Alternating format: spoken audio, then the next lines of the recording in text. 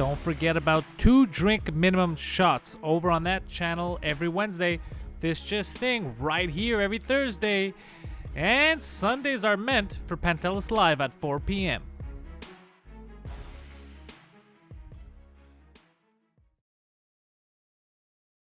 Hey guys, did you know that this is not the only podcast in town? And I'm not talking about 2 drink minimum. There are others out there. Believe it or not, it's true. And one of them is a podcast I like to call 2 Girls, 1 Mic. And that's because that's what that podcast is called. And I'll tell you why I think you should check it out. Because it's the only podcast right now that's talking about sex and porn in a funny way. All right? And we're talking about the hosts, Yvette and Alice, who are taking time out of their busy schedules every week to talk about the porn industry. They're going to introduce you to stuff like quicksand porn. You ever heard of quicksand porn? I don't even know what the fuck that is, but they're going to talk about it. They talk about bootleg dildos. Not all dildos are made the same, apparently. And who else is going to fucking tell you about it except for Alice and Yvette? They're the only ones going to tell you. So you head over to 2girls1mic.com and you sign up, you subscribe, you watch, you listen, you do all that fun shit. 2 Girls, 1 Mic podcast. Check that out. It's time.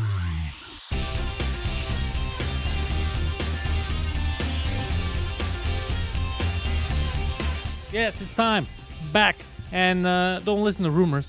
I'm not only back because people have been asking me to run their fucking ads and I haven't done it in a while. It's not the only reason.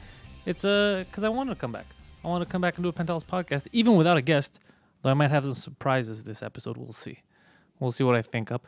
It has been an interesting time. I did get hurt. I'm going to answer one email right now because someone asked about my ankle because I tweeted about it. I did. It's true. I wasn't fucking around. I got hurt. I sprained it playing ball hockey because I am a little bit of a retard. And then I fucked up my knee. Or I don't know. I don't know what I think may have happened. So I was running back because someone didn't cover their fucking man. And I think my knee may have given out. And then I tried to adjust. And that's how I sprained the ankle. Because the knee, to be honest, is causing me more trouble than the sprained ankle. Nobody cares, but I'm letting you guys know. Though I was able to perform standing up, with a microphone, but I was standing up and sit down, and it was pretty fine. I didn't move around as much on stage like I normally do, but it was not noticeable. Like if I didn't mention that my ankle was sprained, I don't think people would have noticed, is what I'm trying to say. Very incognito, You don't have to know. But now you know. That's what happened. So I might announce my ball hockey retirement very soon, which I know will leave millions uninterested. Completely uninterested about that fact. So let me tell you what's been going on. Number 1, Cher embarrassed herself over the weekend. And I think it's fucking hilarious, and we're going to talk about it.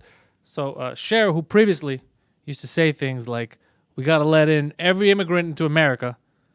Take them in. Hollywood people, you're going to take in immigrants, put them in your house. Regular people will help. We got to bring these dreamers in. There's no such thing as too many. You can never have too much of a good thing, is what she was saying. And now, I guess the president of that country, his name is Donald J. Trump. He said, you know what? I'm tired of fighting. Here's an idea. Maybe all the detainees that we have, instead of filtering them out and figure out who's a criminal, who's not, let's just give them to these sanctuary cities who have said our arms are open. And then they could deal with it, and they'll be happy because I'm not putting these people away. It's a win-win situation. So he that idea, just threw it out there. And holy shit, were sanctuary cities pissed. I guess, they were just doing lip service before because people like Nancy Pelosi freaked out. A lot of people called it a threat. They said Trump is threatening us with immigrants, which is a weird thing to say when you were saying how you want immigrants. I'm not even taking a side. I'm just saying, this is fucking stupid. You said you want something. Someone's like, you know what? You can have it. And you're like, well, fuck you. Why are you giving this to me? It's crazy. So, like I said, that's what she previously tweeted, Cher. And then now, this was her tweet. I understand helping struggling immigrants. Do you? Do you fucking really, Cher? I don't think you do. But my city, Los Angeles, her city. In case you didn't know, Cher owns Los Angeles. My city, Los Angeles, isn't taking care of its own. Whoa. Well, that's a shocker. Is that real? Los Angeles, you're not taking care of your fucking own? You playing games with me? So we got 50,000 plus citizens who live on the streets. And we're not talking about gangsters here. We're talking about people that don't have homes. Not people that were brought up on the streets. She's talking about people that live on the streets. Homeless people. Terrible. people who live below the poverty line, and hungry people. All in Los Angeles. And you're trying to give us immigrants, is what she's saying. These are not my words, this is hers. She says, if my state can't take care of its own, many of whom are veterans, how can it take care of more? You explain, how can it take care of more? Now, you might be thinking, everything she says here makes sense. Why are you making fun of her? Because this is the same shit Trump's been saying for years. And she was one of the people who said, you're wrong, sir. We can take in everybody. Because, you know, money grows on trees. And the local population doesn't need our help. And then now, when push comes to shove and they're faced with this reality, she's like, oh, no, wait a second. I wasn't serious. I wanted retweets. But if you're seriously thinking of giving us immigrants, we're not going to fucking take them. Which is fucking crazy, right? The hypocrisy of these Hollywood types. A little crazy, guys. A little fucking crazy. And yet, goddamn hilarious, all right? But definitely crazy. It's fucked up. It shouldn't be happening. So that happened, and I made fun of Cher a bit. I thought it was good to make fun of her. I feel like she deserves it. Right? I feel like she fucking deserves it. Just because of the whole contradiction thing. But in the end, she's right. I'm not saying let everyone in. That would be fucking crazy. In the end, she is right about what she said. That's the truth. You got to take care of your shit first before you bring in other people. You know, if you don't have enough money if you don't have enough food in your house to feed your family, you're not eating. And then you're gonna invite people over to dinner. You don't have food to give them. What kind of dinner is that gonna be? It's gonna be a shitty fucking dinner. You wait till you have enough. You get some groceries. You feed your family. You got some leftover stuff. You want to make some more stuff. You bring in people. You have a dinner party. Imagine going to a dinner party. You walk in. And you're like, yo, what are we having for dinner? And they're like, oh, dinner? No. We're gonna sit here, talk about how much we would have loved to have dinner if we could afford it. Sadly, we're not having dinner. You know, that would be a weird dinner party. You would never go back to that place. And that's kind of what's happening here. People, you want these immigrants to get a bad idea of America. Come on. Wait. Some Americans are winning, though.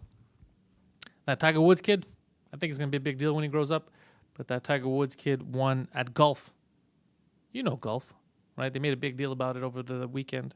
Tiger Woods comes back and wins his first Masters in a real long time. How did he do it? He's an old man. It's crazy. It's not that fucking crazy. Can we stop lying? This hyperbole. Golf.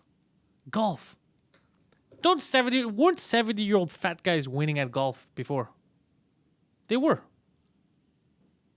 And now it's a big fucking thing? Now it's a big fucking deal? Now it's goddamn, he's a super athlete? He's not a fucking super athlete. He won at golf. I don't even play golf. I'd win at fucking golf. That's not impressive, all right? What would be more impressive is in the NBA.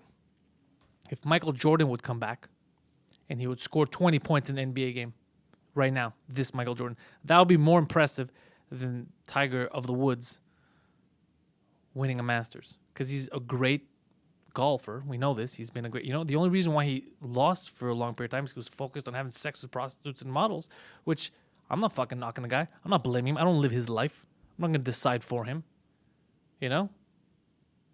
He was focused on that. He was playing another game. Now he's done with that. He's fucked every model. He's like, all right, I'm going to get back to beating these old dudes. And that's what he did. He went back there, started beating these old guys. Some young guys too, I assume, but they're not as good as this guy. And that's it. That's what happened. Tennis, way harder. If he was doing this in tennis, very impressive. I would be like, you know what? I'm fucking impressed, Tiger of the Woods. Wooden Tiger. But right now, no. Not that impressed. I'm not knocking you. I'm not saying you did anything wrong except for playing golf. That's fucking stupid. But apart from that, you did nothing wrong. You're playing your game. You're banging those whores. Good job. Good on you, sir. But it's not as impressive as you're making it fucking seem. All right? Phil Mickelson? What's his name? Phil Mickelson? Phil Mickelson. That fat guy. He used to win shit. Not impressive, Tiger. Not that impressive. Speaking of the NBA, though, we're talking about Michael Jordan going back to the NBA. Not going to happen. Wishful thinking on my part. The goddamn Toronto Raptors. I love them. You know I love them. I make it very clear if you follow me on social media. I love the Raptors. But fuck, every goddamn year the playoffs start, Kyle Lowry decides, I don't need to play. Game 1, we lose to the Orlando Magic. You ever heard of the Orlando Magic? Here's a hint if you haven't. They're not that magical. It's bullshit. The name, not true. They're not a magical team. And yet, The Raptors lost game 1 at home to the Orlando Not-So-Magic Magic. Why? Because captain of the team, Kyle Lowry, scored a total of 0 fucking points. Missed every shot. He even had 2 free throws, missed those 2. How fucking crazy that is. You're the goddamn captain of the team. You're getting paid money. Good money, by the way. You're going out there and you're missing every fucking shot. That is embarrassing. Now, I don't hate him. I forgive him. It happens every fucking year. I feel like he's going to bounce back. But why? You know what we're going to do? Let's cut to a goddamn basketball expert.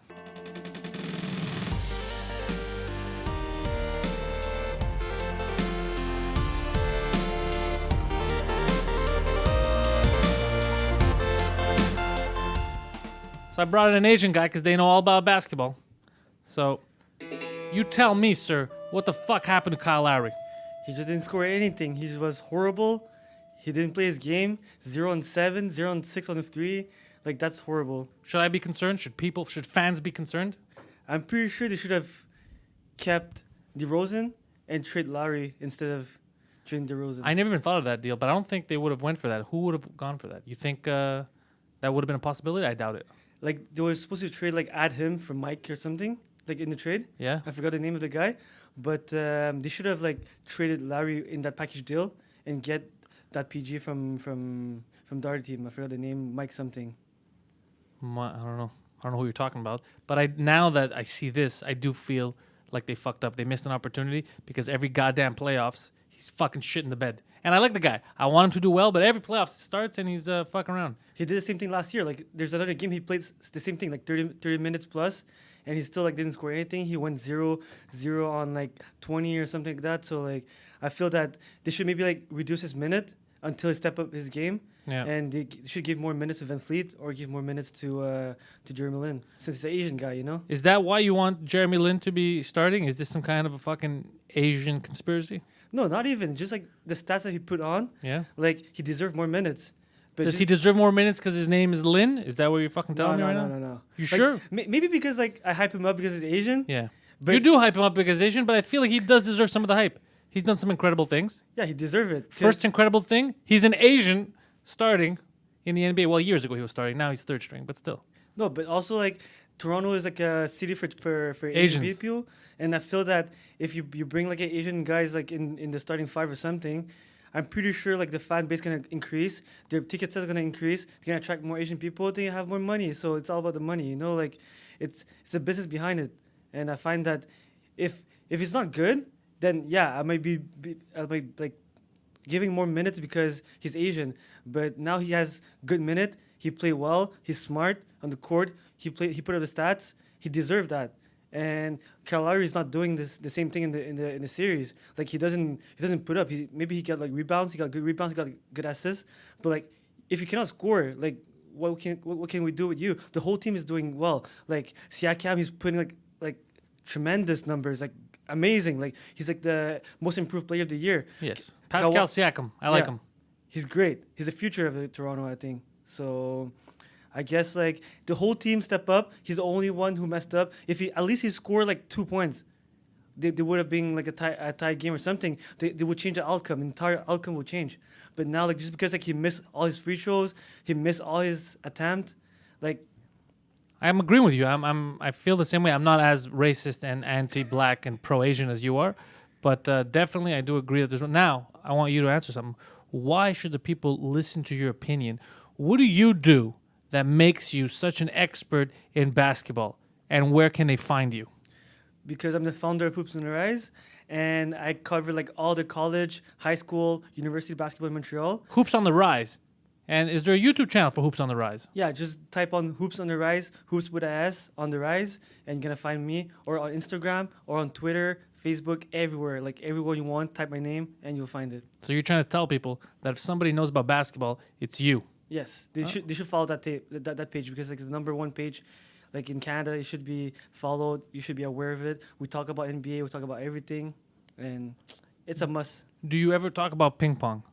No, We should maybe add the ping pong on our podcast. So I feel like it's a missed opportunity, sir, because I'm not gonna pretend like I know everything.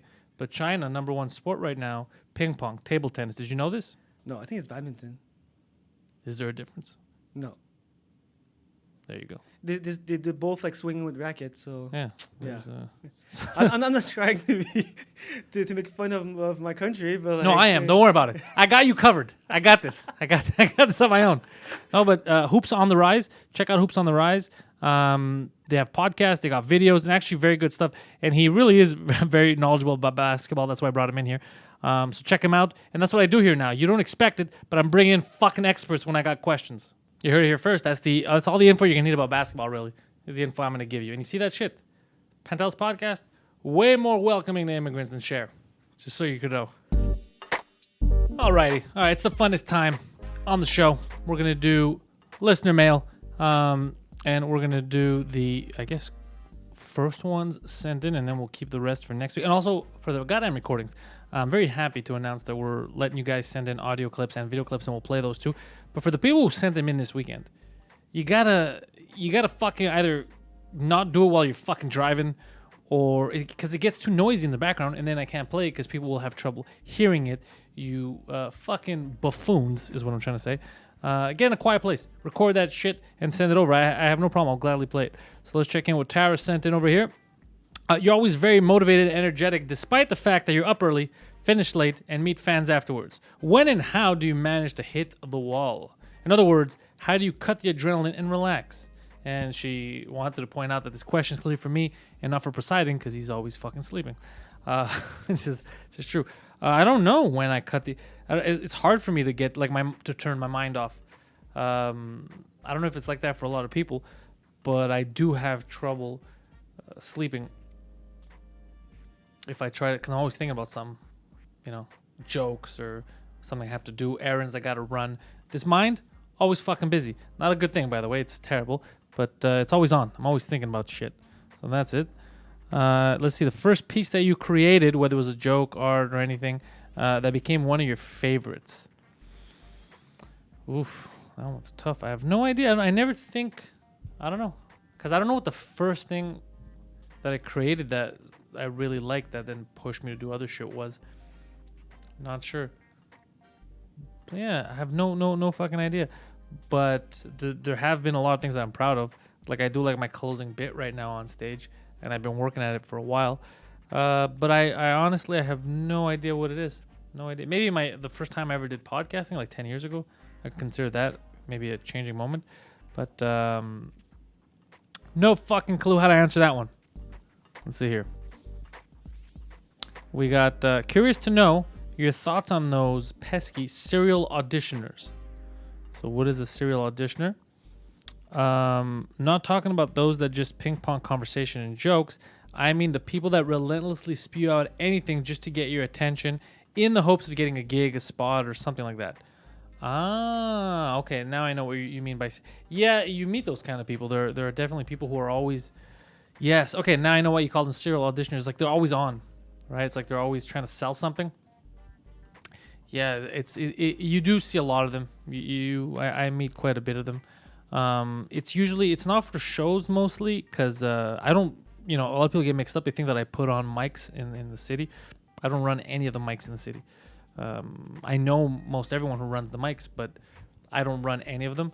I attend them, right? I go test out my jokes, but I'm way too busy to run a mic in the city. But yeah, there's a lot of them. I don't know how it depends how annoying they are.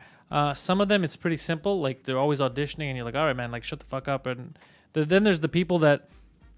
There's also the people that don't do anything. They're not really stand-ups. They don't have a channel. They don't create anything. And they always ask to come on shows, like come on one of the podcasts. And you always have to say no. It's like, you got nothing to talk about. Like, I'm not doing anyone a service, including yourself, by bringing you on. You're not promoting anything. What's the point of coming on? So you could tell one of your friends that you're on a podcast. So yeah, those guys, it gets to know, as long as they're not fucking too pushy, there's never really a problem. I don't mind as long as they're not too pushy. But you're right, though. It is weird. These serial auditioners, as you call them, there are around, and we get them a lot. And on Twitter, here's the thing about people getting your attention. On Twitter, what I notice is a lot of people who will, not just to me, but in general, they'll tweet really negative stuff, but only in the hopes of getting your attention. And then they'll want to start a dialogue and be like, oh, and try to calm down. That I don't like either. It's just say what the fuck you mean. If you're, the pretending to hate someone just so that you could talk to them is weird to me. And also, you don't need these people. You don't need me. You don't need anyone. Like, fuck that. Just live your fucking life. What do you care what someone else thinks? Especially these Hollywood people. What the fuck do you care what they think? Though I'm all for trolling them. That shit's fun. Fucking with people. That's just a good time. Not regular folks, obviously. I tend to leave civilians alone. But I like fucking around with like celebrities and shit like that. It's a good time. But yeah, and I do want to, we'll get to more listener mail maybe in a bit, but I do want to bring in another expert shortly. But first, I want to tell you guys again, if you're going to send in voice and video clips, I fucking love it. I'm not saying don't. I think it's going to be one of the new, funnest things on the show. However, please, for the love of fucking God, get in a quiet place. Again, that's the only advice I'm giving. Get in a quiet place, take a fucking selfie, video. It'll be perfect. Just be goddamn quiet. Okay, so now you people were asking for me to give you advice. I'm not a good person to give any type of life advice to anyone. However, I brought in a guest, a man who at least can give you some kind of sensible monetary advice. My buddy Harry's here to talk stocks. Harry, what do people need to be investing in right now? Well, it's kind of crazy out there right now because people are always talking about doom and gloom scenarios. There's going to be crashes. There's going to be everything. So everybody's scared. Wasn't there a crash already? Yeah, you're right. There was like a 20% crash in the markets, like maybe 22% in NASDAQ, something like that. But it lasted for all of 1 month. Okay. And now the market came roaring back, and it's close to highs. So if I'm a regular peasant, Yes. where am I putting my money? It's a tough thing to say because I like stocks. It's the best growth vehicle long term that you could ever put your money in. Because a stock is not it's a real business. It's people say I'm buying a stock. It's something that's nebulous. I don't know what it is. I can't touch it. It's paper. That's how I feel. No, you shouldn't do that. All my investments, sir, I already told you this. Are the riskiest. They're in Magic the Gathering trading cards, That's amazing. stamps, very, very cool one-of-a-kind stamps, maybe 3 coins, From Mozambique or something. and some silver. I already told you this. Yeah, Silver's Yeah. good. I always said that, yes, you should be in stocks because that is the driver of the economy. It's real companies. Invest in real companies that produce real goods. You're buying a business. You're a businessman. You have 10 stocks. You own 10 businesses. Okay, do you have any stocks right now that you recommend that you think people should put their money in? I can't recommend anything right now because it would be against the law. Oh, really? Yeah, How come? I can't give recommendations, say, because I have to be like licensed and everything. Really? Is it against the law? Like if I say right now, I recommend you buy this stock. Yeah. I would have to have a portfolio manager's license. I would To have recommend? to have staff. It is a very regulated industry. Okay, I used to work as a pro trader for National Bank, But now you're your own man. Now I trade my own account. Yeah. So You know. aren't you allowed as an individual? Like you can give people advice. Like I can tell people, I recommend you watch this comedian. Yes, I can do that, but I would say there would have to be a disclaimer at the bottom that says these are not my recommendations to you. That is you have to so invest at your own stupid. risk. No, it protects people from doing stupid things. Like any guy could go on and say, I recommend this. But not on this podcast. I only bring the elites. Yeah. So it's like, yes, I see that it's a good safeguard, but the finance industry is very, very regulated, and you have to follow these laws. Okay, they're there to protect the consumer, but sometimes it could go overboard. Yeah. It might also hinder the consumer when you put too many rules. That's what's in happening place. now. Yeah, you need rules, but you can't have so many rules. Okay, and usually the more rules that you make, it benefits the regulators more. There's like a sweet spot of like how much rules you should have vis-a-vis like protecting the consumer. And, you have to have you have to be able to move to do something, but you can't be handcuffed either. So that's why you can't give advice if you don't have all these designations. And I used to have them, but then you have to keep current. Every year you have to take courses to like keep up, and you have to pay like $1,000 or whatever for the course to like keep up to date now. But It's all about them collecting that cash. Yeah, since I'm on my own, I don't have any clients, so I don't need to do that. So it's like, So what you're saying is, even if you had a really good pro tip, if I'm what you I'm saying wouldn't be is, able to give it. yeah, don't listen to me. I can give it to you, but I say buyer beware, be careful. Okay, so they're gonna beware. But what would you suggest? The first thing they do right now, if they have some extra money, they have an extra $1,000, and they could spend it on hookers or what? Well, I say you should always invest at least 10% of your portfolio. Okay. At least 10%, sorry, not portfolio. 10% of the money you make should go to your investments, Okay. to your retirement, Which could be gold, silver stocks, whatever. anything you want. Even like you said, Magic the Gathering, collectibles, trading Magic cards, the yeah. Gathering. That's amazing. Thank you. Are you an expert on that stuff? Absolutely not, sir. Well, then I don't know what to do. But I don't know what to do in that case. but I'm very lucky. I'm a lucky man. I'm known for being lucky, and I know how to pick them. do you like wine? I don't hate People it. collect wine. People collect. That is that is a consumable item. Who collects consumable items? Are you gonna end up eating or drinking it? Do you collect art? I see these I do. posters Yeah, here. These are amazing posters. I'm a man of art. Yeah, all things that are tangible and hard are things that you can invest in, right? But the most durable asset is a company that produces money. Yeah. I don't see your posters producing money. They do not produce No. money. Unless, They produce happy feelings. but people have found a way to make money out of posters, to like monetize stuff, like monetize royalties. Musicians have found a way to monetize royalties. I monetize my comedy. You can do that. I yes. sell ads on the show. Sure, perfect, 100%. If you can find a way to incomize or get income periodically from your artistic endeavors, Yeah. that's fantastic. That's the best thing you could do. That's the best company you could own. Well, I'm the company. Yes. I guess I sell my I get paid to be funny. But what if one day, sir, I stop being funny? How much of that is humor and how much of that is good looks? How much of your Most of it is looks. I got to be honest. I think I'm running on looks here. We're running on comedy fumes. No, I see what you're saying. I'm a company. You're a company. However, because myself included, that's why I came to you initially. Because I remember not being sure. Where should I put my money in something? Should I? And then Yes. you told me when I told you that I was thinking of silver, and then I actually bought physical silver.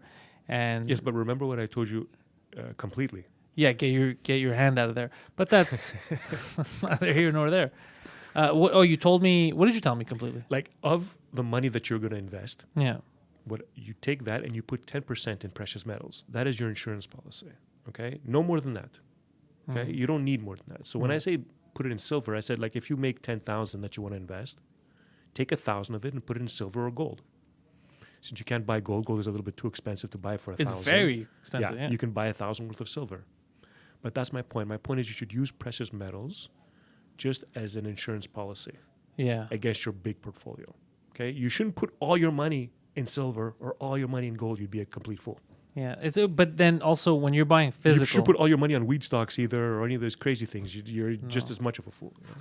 what I believe you're trying to tell people is diversify your portfolio. Is that what you're saying? No, I'm not saying that. I'm not saying that at all. You should put it in stocks. Only Mostly- in stocks. Mostly in stocks that they might not necessarily be diverse, Yeah. but each one is very profitable and each one is a very strong company. Okay, it could just be 5 stocks. It could just be 2 or 3. But if those 2 or 3 are super powerful stocks, like if over the 10 years, if you just had your money in Apple, Amazon, and I don't know, pick a third one, I don't want. whatever. If all you had your money is in those 2, Yeah. you would be amazing because they're solid companies. But you'd be amazing because they grew in all Yes. that time. But how do you know? Like how do you know? Do you have a feeling? What do you Well, do? there are various systems you can use. Okay? Okay. But the best system is the Warren Buffett system or any other similar type of system that emphasizes investing your money in solid companies that produce income. Very profitable. Year over year, they make money.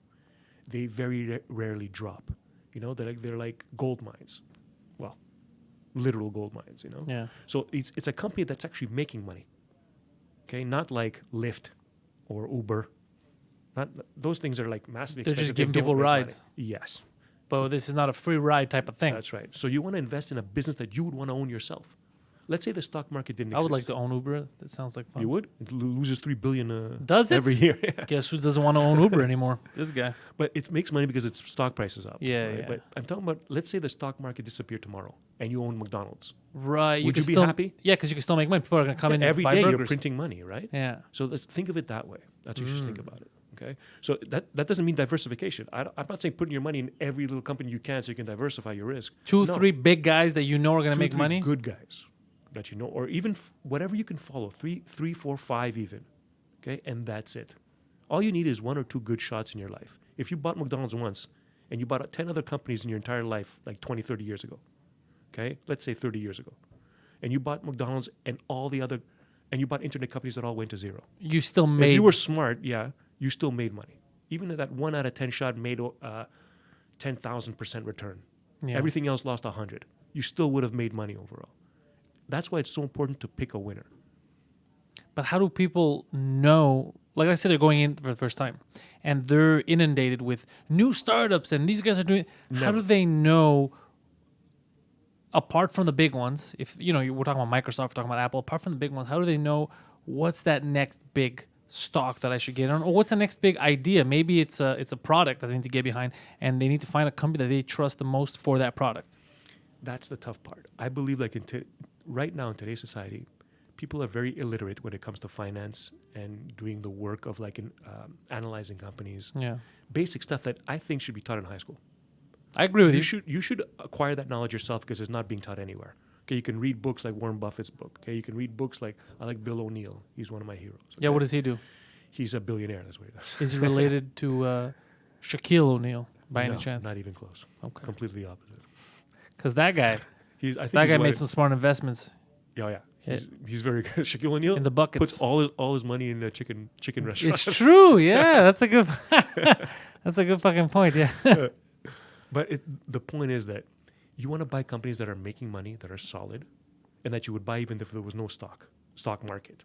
Like you would buy it yourself. Like you want to buy a franchise. Yeah, if you had money, you'd buy that. But you have to buy the stocks. Like you have to know You have to know whether when they to have buy. good financial statements, they're solid, they're making money, and their stock price is strong. Okay, that's the most important part, is to buy winners that are moving. Okay, the second most important thing, I would say that would be the second most important thing. The first most important thing is to handle losses. You have to know how to handle losses. Like not become irate and punch things. You could punch things if you want, but you have to cut your losses quickly. Right. Because like you said, I don't know what the next McDonald's is. I don't know what the next whatever is, Microsoft or Amazon or whatever you want to call it. I But don't if know what it something's is. tanking, you don't hold on to it. Is what you're saying. Exactly. So let's say I pick 10 stocks. Okay, I do my research. All of them look good. They're all making money. Yeah. But then you see them tanking, a lot of them tanking. Okay, 7 of them are tanking. You want to cut your losses quick. Take a 5% loss, 6% loss, cut them, no questions asked. Better Because than something's- 100% loss. Exactly. People hold on. It's going down. I can buy more, buy cheaper, whatever. It's like a shitty relationship. Yes. Cut We're it gonna right make away. it work. We're gonna make it work. It's not gonna work, lady. 100%. Once he punches you in the face once, Yeah. it's gonna become a habit. Yeah. Yeah. No. Because You don't, because learn, you guys, don't learn to dodge punches when a guy's punching you in Yeah. the face. You just get out. because guys, once they get that first whiff of fun, they keep having it. Yeah. That's it. But Yeah. if out of those 7 that went down, you have 3 that went up and you're Yeah. holding them, that's how you make money. So you don't know. But by handling your losses quickly, getting rid of them quickly, don't have no ego. Don't say, I made this decision. I, gotta made stick. this. I have to stick with. Don't get married to your position. That's the way they call it. You should cut them quickly and stick with the ones that are winning. Cut quickly so you can put more money into the winners. Yeah. Right? All you need is Easier one said thing. than done. Very. You've been doing very, this for very so long. difficult. I see a lot of the shit you do that comes naturally to you, and I see you sometimes it's just instinct. You're like, no, I feel this. Most people, they're not going to have that type of reaction. No, that's why you shouldn't be trading just to trade for trading's sake. Yeah. You shouldn't be churning your account. You should analyze. You should be more like a sniper. If you're not a professional, you should be a sniper. Wait until you see your perfect shot, then you pull the trigger. Okay, that's what you should do for stocks. Look, analyze, find. You should do more reading than actually trading. Read, find out which ones are good. Look at the statements. Okay, this is good. Now, is this a good price to pay for it? Am I paying too much for the amount of money that this company is generating? Yes. If it's yes, then you wait until it's at a price where you want to buy it. Okay. Yeah, where you think you can make money off Yeah. it. Then you pull the trigger, and then you watch. You watch if it's behaving correctly. If it's not, you cut the loss quickly. You move on. Now, in terms of advice, I've been telling people, and I need you to corroborate if it's true. I've been telling people, if you only have a bit of money and you don't have no stocks, get some silver, mostly physical is what I tell them, and ride that wave out. I believe, and I told you the same thing, I believe silver is making a comeback. Silver, the Tiger Woods of precious metals. Well, Yeah. yes, but remember, only 10% of your portfolio. Yes. No more than that. But that's not because you're scared of silver. That's in general. That's the rule of thumb for anything. Yes. Don't put your money into one thing. Yeah. Don't put all your money into one thing. Don't put all your eggs in one basket is what the kids are being taught in school. Yes, but not exactly. remember we said we should pick 1 or 2 good companies, so you should have 1 or 2 good eggs. You shouldn't have 50 eggs. Okay, 1 or 2 good eggs, same Yes. basket. And then watch the basket like a hawk. Okay, That's what we're talking about. that's actually good advice. Sir. Yeah. I like it. It's like the opposite of what people think. And don't go with emotion. Like you said, it's very, very difficult to cut losses, very, very difficult to be in the game, but you have to do it. That's the number one thing, is to control your money, money management. Yeah, I don't want nobody else to control it. That's for sure. That's right. Okay, because you don't know what those guys are doing. And the second thing that we said is to pick the winners and hold them. Those 2 things. You can literally be wrong 9 times out of 10 and still be a millionaire by doing that. If that one time, it's a. And the other ones, you lose like 3, 4, 5% on every one. So you lose 9 times 4, you lost 45%, but the other one makes you 10,000%, 1,000%. It's crystal clear. Just stick with one. Now, any type of closing statement you want to make, if you had to give a young kid, fresh out of college, life advice on what he should think about when he's looking to investing his money, what would be the one piece of advice that you think he can't do without or she can't do without? It's a very tough question, but I would say you have to be financially literate, okay? Because people take advantage of you. People take advantage of the young and the illiterate when it comes to finance. You could be very smart. You could be a doctor. In more ways, have too. zero Sex financial trafficking, like they take advantage of the young. Yeah, exactly.